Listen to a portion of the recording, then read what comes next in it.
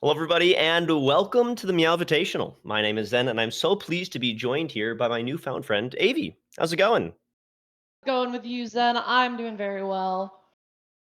Well, it's awesome to hear. Well, if you are new here or just need a refresher course, the MEOWvitational is a 16-person bracket featuring the 16 players that have accrued the most points over the last 26 weeks of the Meow Weekly tournament series.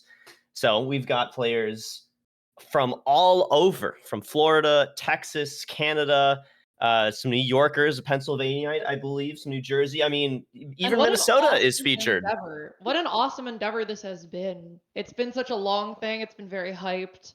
I know I've heard about it from like a ton of different corners of the Melee internet spaces. People have been really invested in the going ons of this series and are really excited to see how this unfolds. Yeah, I mean, to have anything build up for half of a year and to culminate in a $3,000 prize pot, that's pretty freaking cool. I Massive endeavor. believe, I mean, huge shout outs to the tournament organizer, Samyaltha. As I mean, they've been doing just an Absolutely. incredible job hosting this weekend and week out. And it is, now we are thanking her, but it's largely thankless work. It is hard organizing and running everything on time. So huge props to anybody in the scene for doing this, but especially for Smyatha for hosting this one. I'm really Yes. happy to be a part of it. Thank you for putting this on for so long. This is awesome. And yeah, when you get something that's this big put together, it's going to get the attention of some really interesting players, which brings us to today, where we have the accumulation of the people who have put in the time and effort and have gotten the results to be here, which we have some ridiculously talented players that are Oh, going to be yeah. playing today. Of the 16, I believe all but 3 or 4 of them are top 100 level players. And not Wow, like they are good enough to be top 100. I mean, they have they been are. ranked in the top 100 at 2024 at minimum, and most of them were ranked in the 2025 summer rankings that just came out. So, I mean, at the very tippity top end, we have Hbox, who needs no absolute introduction. But even into like the 8th or 9th seed, it's like JChu, who is Right. 93rd in 2024. So it is kind of crazy, how stacked this is. And what's really cool about this event is that given that it's over 26 weeks, only the best 12 placements count. So it almost feels a little bit like a ladder. If you've ever been, in a tournament, where the top players, they might only need to win like 5 or 6 games, but you two tours out there, myself included in that, you can just keep grinding and keep playing. And if you get a good enough run a couple of times in a handful of these weeks, you might just get enough points to make it onto the final 16. Very true. I had a handful of friends who did not make the cut who were, just constantly checking where they were at, especially at first. Yeah, it's unfortunate, but I mean, that's you can't have the highs of winning if you can't have the lows of not making it. Hopefully it serves as an inspiration to just do better next Definitely. time. And I mean, yeah, this is for I feel like if you're a true grinder, if you are a net play bracket grinder and you have the ability, this enabled you to really have an opportunity to take shots at these really, really good names. And a lot of people manage to do so throughout the course of these events. Oh yeah. I mean, I think we can all kind of flash back to 5, 6 years ago now, when we all kind of went inside for a while, and we all Uh, moved online, and our Lord and Savior Fizzy showed up out of nowhere, saved the community, in my humble opinion. And to this day, 6, 7 years later, we are still using that technology to continue to have fun. I mean, it is expensive and difficult to play games with somebody, a quarter of the world away. But now we're going to have some of the best players from, Florida taking on Texas, taking on New England, taking on Canada. Like that is, I still think it's kind of, one of those incredible things that we all live with day in and day out. And we just do not, we all just take it for granted. Definitely. And it's really exciting to see a tournament again that actually has like very a net play tournament again that has legitimately high stakes and has this top talent like really trying their absolute hardest to get some of that prize pool at the end of the day. Well, as you're starting to see on screen now, we actually are going to be on a quad stream for the first part of it. The 16 players are divided into 4 pools, playing round robin style. The top 2 of each pool will make it out into the final bracket. The bottom 2 will have to hope that the MEOWvitational gets picked up in the back half of this year, or I should say into the next year of 2026. But already we have a couple of players showing up. Chicken Man versus Agent from pool number 1 on your second grid there. Akir versus MOF, that's pool 4 on pool 4. On the second grid, I'm imagine is that Chicken Man Agent or is that Chicken Man Stevino? Ooh, you know what? You are right. I was just screen. You're right. You're right. I was just reading the tags there, but some deductive reasoning, I think, is probably. Yeah, there we go. Okay, we got the fix. Shout out to production. But yeah, this is going to be really cool. I'm actually really excited for the quad streams, and I know they first started showing up kind of like more popularly. God, 2 years ago now, 3 years ago. Like I'm sure they've been around forever, but it really kind of feels like you've been at a tournament and you're watching some pools and you're sitting around or you're standing and you can see 3 different people's games at the same time and they're all of your homies all kind of playing together and you're like, oh, like I'm standing here so I can watch all of them at once. And I feel like the quad stream has done a really good job of kind of bringing that in-person experience to the online world. It's not perfect. You miss out, in my opinion, on like the atmosphere as you do with any kind of online event, but being able to see several games at the same time is pretty freaking cool.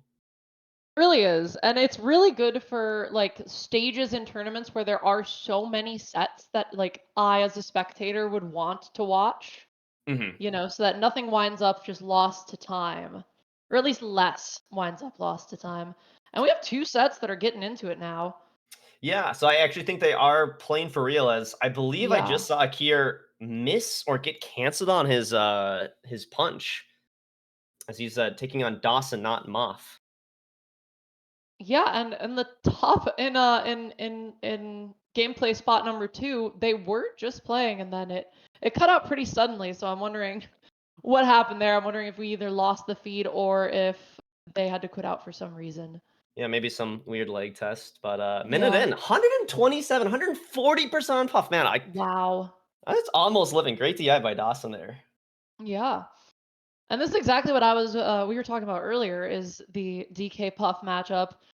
DK has a unique ability to deal with Puff back air in a way that basically no other character can by genuinely contesting and sometimes even beating it with DK's own back air, being, I think, I could be wrong, but I think longer and just a little weaker. I mean, there's very few characters that can kind of contest that huge disjointed hitbox. Now, obviously, you have some big X factors in this matchup in the form of Rest and Donkey Punch, or Giant Punch, excuse me. But it is, I think it's just one of those matchups that both players are kind of playing with Chekhov's gun, and you're like, well, we know it's coming at some point. Are we gonna get absolutely destroyed by it? Is it gonna be a non-factor? It's kind of like the Samus charge shot. Like, is it better just hold it, or do Chekhov's Giant Punch. I love that. Yeah, DK Puff is a really, really interesting matchup to me because it forces Puff to play in some ways that like she probably really isn't used to playing. Like Puff does not get free like back air to back air off stage. DK's up B contests that pretty easily. So it kind of forces Puff into these situations where like she kind of has to edge guard from the stage in a little more traditional way and play just like for a lot of percent. And then finding herself in these like checkmate situations like that right there that we just saw where it's like, okay, DK's recovering from really far away. I have the ledge. Boom, back air. That's a kill.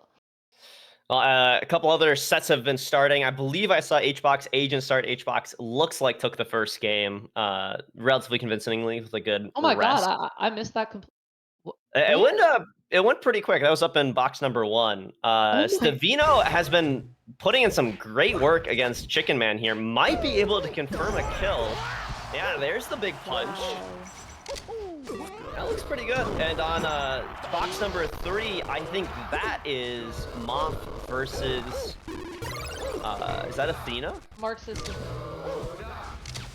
Yeah, I'm wondering when's the last time we saw MOF and a high-level club go at it at like a major? I don't know about a major, but I was actually just at Cream City Convergence where MOF ended up playing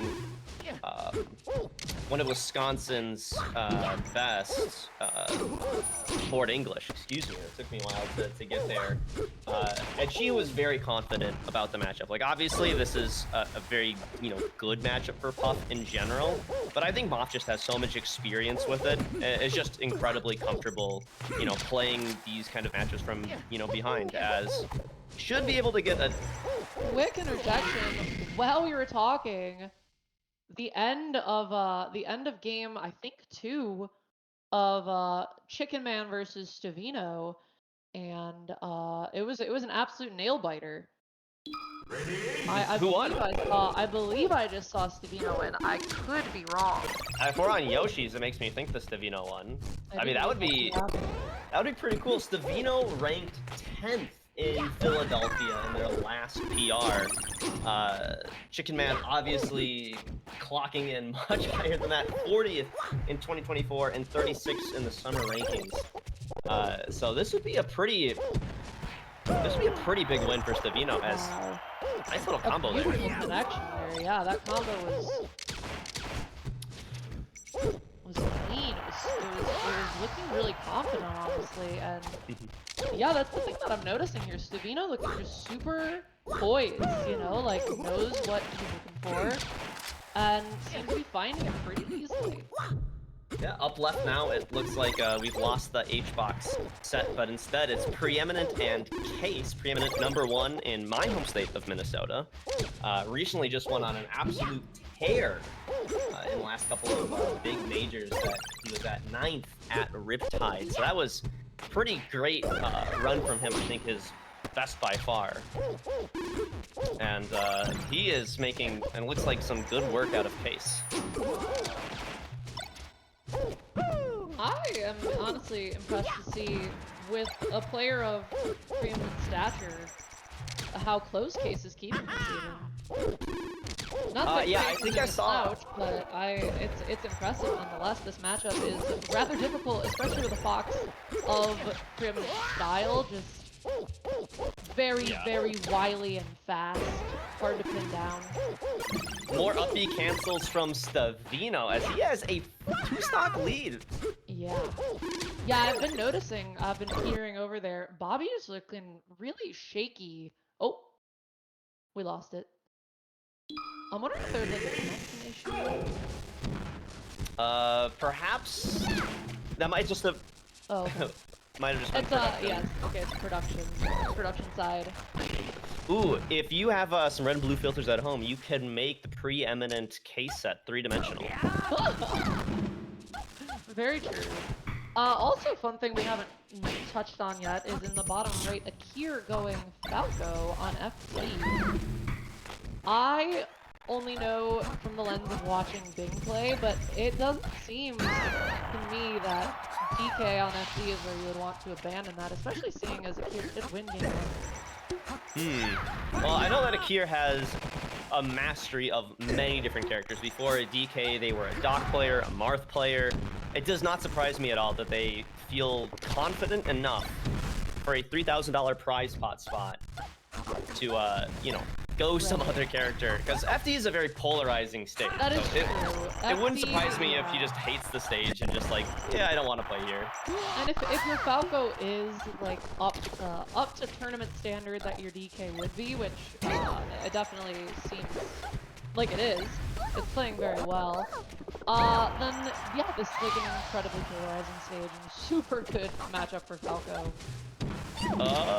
If he can survive here, oh, what a read though. Macro, but really clean sweet spot. Get up attack. Spot dodge goes unpunished. Dawson potentially a little bit shook by failing to clean up a few times. Yeah, there was a little spaghetti between the two of them already. Lots of opportunities, another back throw, but somehow Akir still lives. Clean, just slippery slide on through there. How is he gonna finish this combo? He's not. This game means a lot to the back air will connect, and looks like Akir's gonna be busting out the Falco again.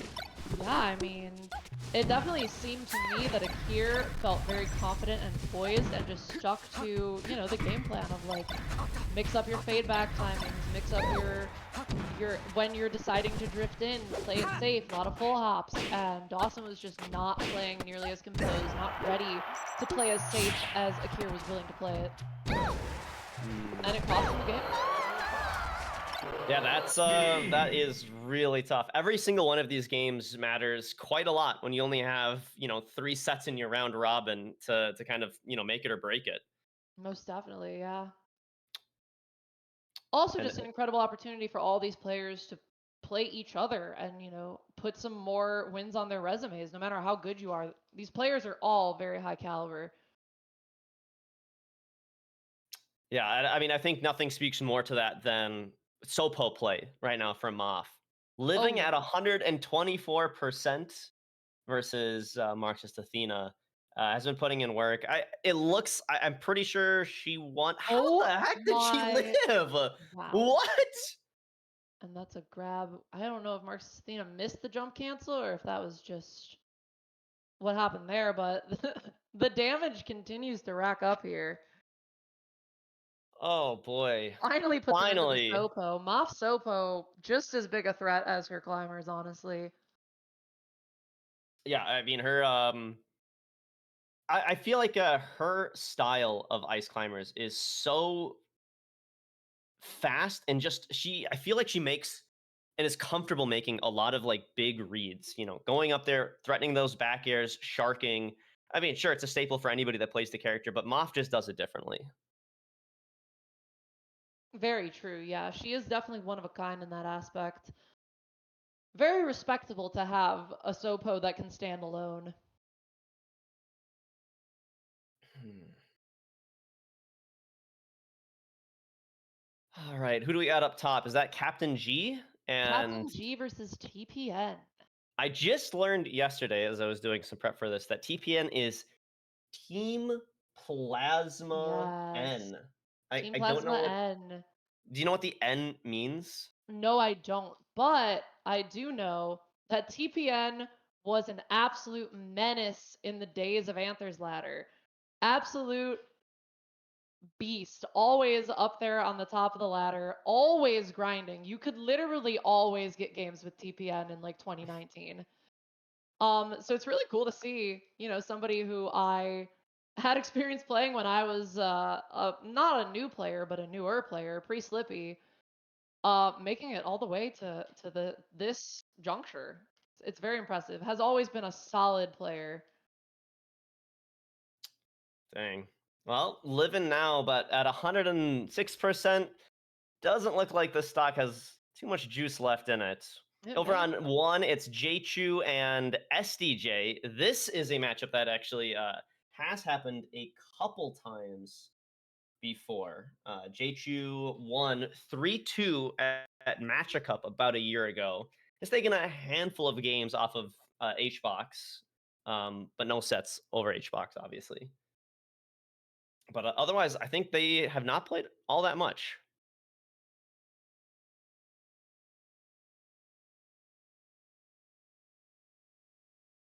I'm just getting the brackets, all the pool brackets open, so we have that resource too.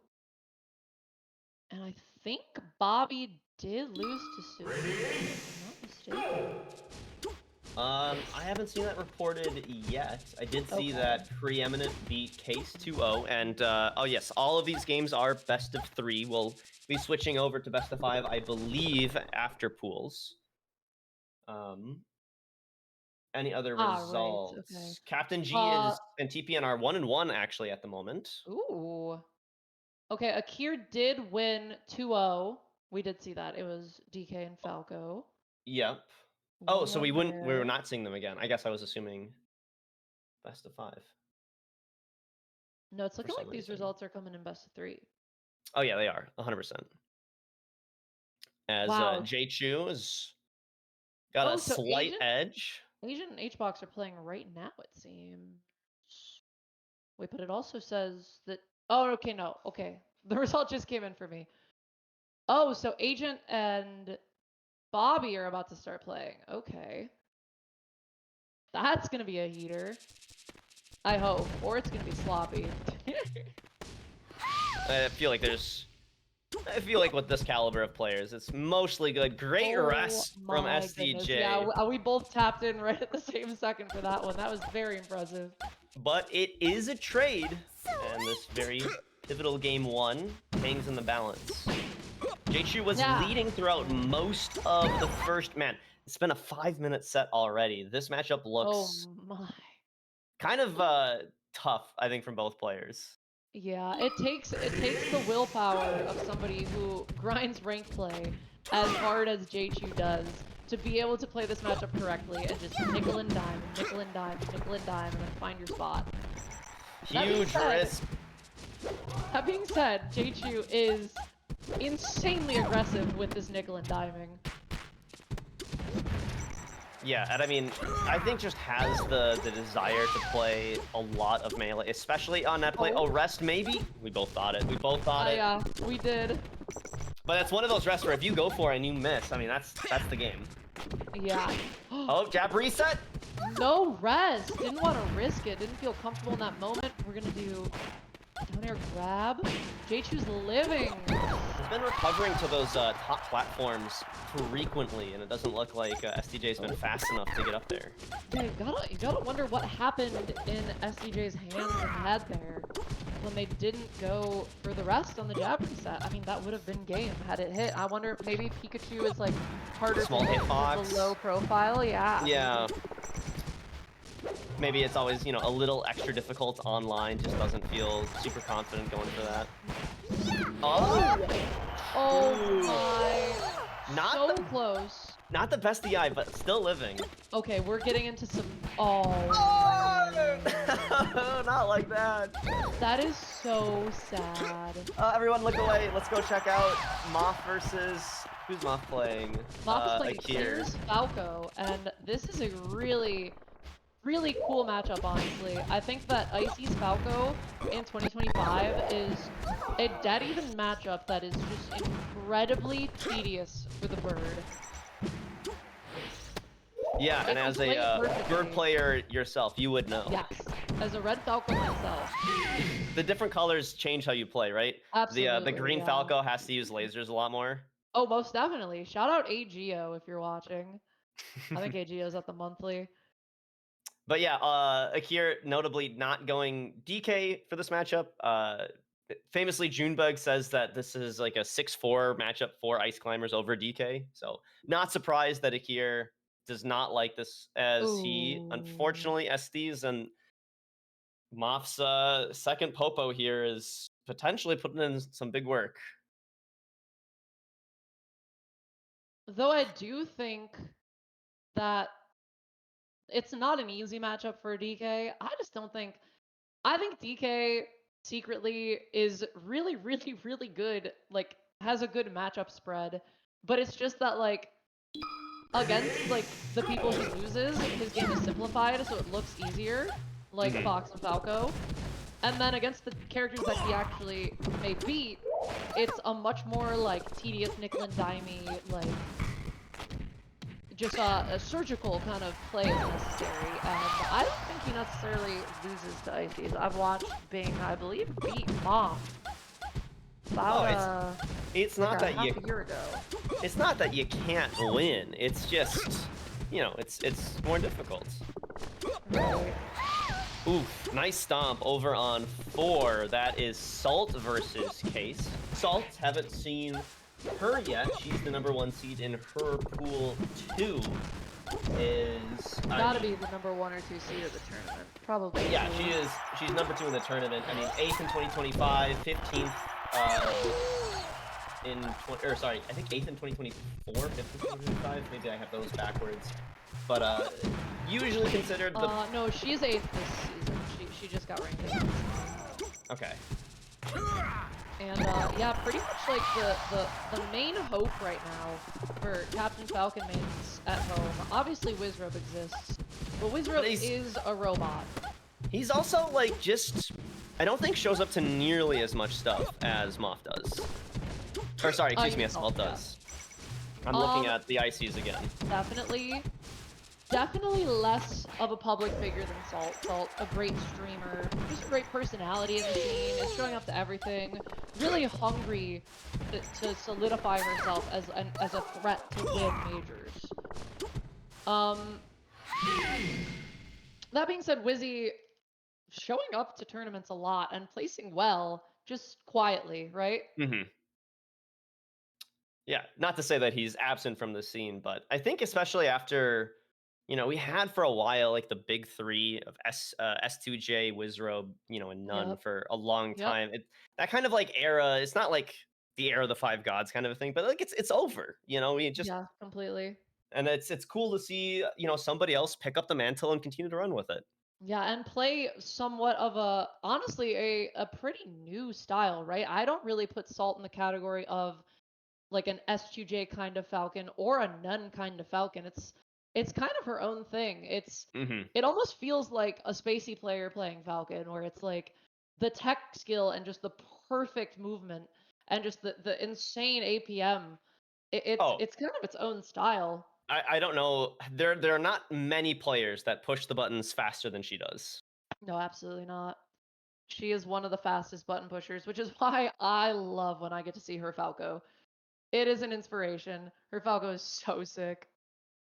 It's always cool, I think, to see like the top players, air quote secondaries. Like, it's rare to see them busting it out unless they are like specifically a dual main. But every once in a while they do it. Off. Ooh. They're starting game 1 on Battlefield. Pretty expected in this matchup, but Bobby coming out the gate really, really strong. He just needs to find a way to secure this. Nice threatening backers in the corner.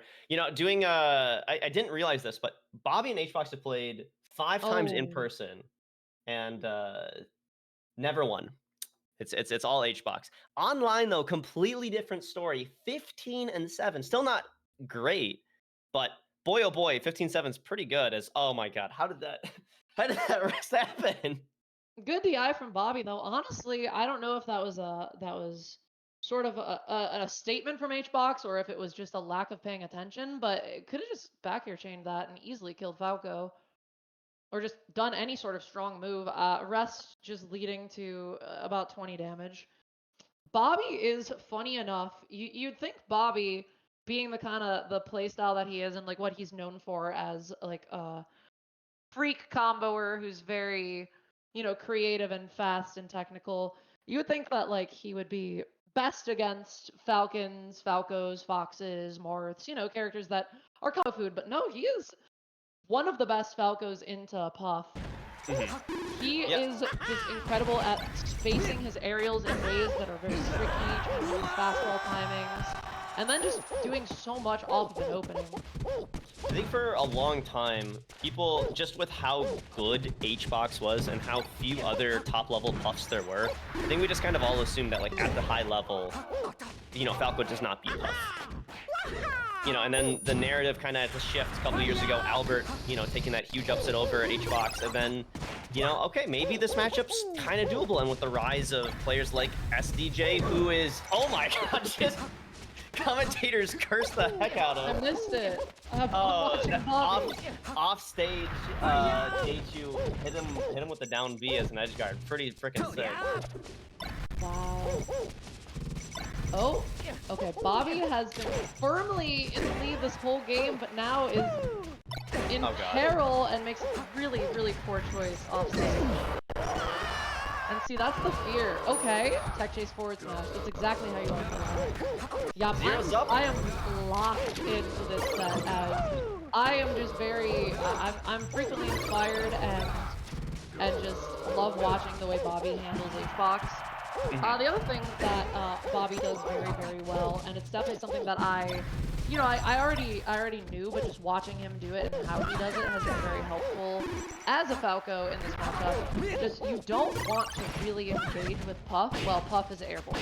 You want to laser Puff, you want to lock Puff down onto the ground, put them in jail, and then only then are you really comfortable and safe to approach. But then, Puff unlocks grab, right? So, Pit fight, bottom right, and last stock situation with SDJ. JChu Yeah, a lot of sets are in hot spots right now. We got a lot of good melee happening side by side. JChu started off this last stock being up like 80% to 0 and has really made a big effort to claw it back, but is one hit away. He gets it. Online it says that was the second game, but the fact that we were on Pokemon really makes me think that that was game 3. Agent is actively trolling in the bottom right-hand corner. Classic. Against Stevino. Got a grab on Stevino when Stevino is at like 170, I think. And instead of down throwing on the tiny rock transformation platform, which would be a guaranteed up smash kill, he up threw and got nothing. And he just lost. He just lost. It. Yo, is Stevino gonna make another upset? I think that's it. I think that is the set, if I'm not mistaken. Let me check here. So Stevino. Oh, okay, no, that wasn't the set. Agent won game right. 1 on Fountain of Dreams, and then lost on Pokemon. I am so confused. And we're back in the Bobby Hbox as Bobby, again, explosive start.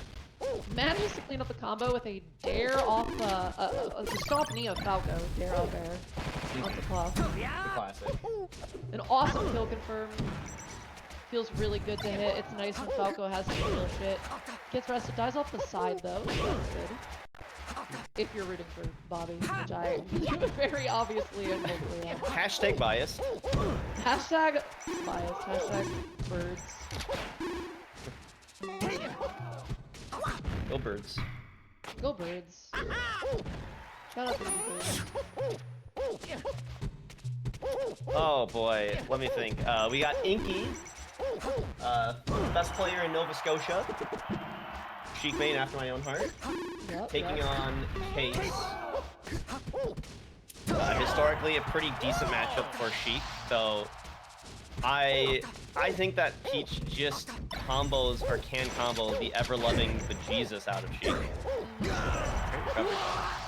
That's Peach's whole thing, right? Like, her kit is just like built for explosive, but also just like not a lot of utility that allows for like not a good grounded launcher, right? Like you can go down smash, but that's not necessarily gonna like, start a combo unless you can like get a tech chase, which she's slow on the ground. It comes down to your opponent kind of giving it to you, and then you also reacting appropriately. So she just struggles in neutral in some aspects, but then in the same way with every character, she can blow up Sheik. I don't know if I'm gonna get, arrested or sent to melee jail for this, but she reminds me, I was reading some Ultimate Twitter the other day, and people were talking about how Incineroar is, this, like, doesn't have the best recovery, it's okay, a lot of their moves are, like, good but slow, and I was like, kind of reminds me a little bit, just a little bit of Peach, not necessarily the recovery part, but... Get that? I hear that. I think what's so cool about her is that she feels relatively, just solid across the board. I'm sorry to interrupt, but Bobby Hbox is, again, just absolutely coming down to the wire. Hbox sticking to the air. Bobby saw an opportunity, goes for cross-up down air, lets Hbox out right away. Not a very good pressure option if you want to keep Puff locked down. Oh, get up attack! The read! Hbox also goes for a read on side B. Both of them are just praying. Oh my god, speaking of praying. Good shorten. Mid-shorten to sweet spot ledge there. Frame perfect. Above Puff. Oh, that nair was ambitious. It's kind of tough though. You kind of have to make some kind of a move to come down with, because you can't just come down with nothing. Dang, that should be a 2-0 for Hbox over Chicken Man. Unfortunate we didn't get to see a game 3. Shout out to Hbox because Bobby is really great at that matchup. So, obviously Hbox is one of the greatest players of all time, but still, credit where credit is due. Bottom right, Stevino on his last stock against Agent, but is oddly close to pushing it to, a final stock moment. Oh! God, Stevino's been so good at the up B cancels. That is a shine out of shield, but better. It's just a lot harder. Oh. Okay, we might be going to game 3 now.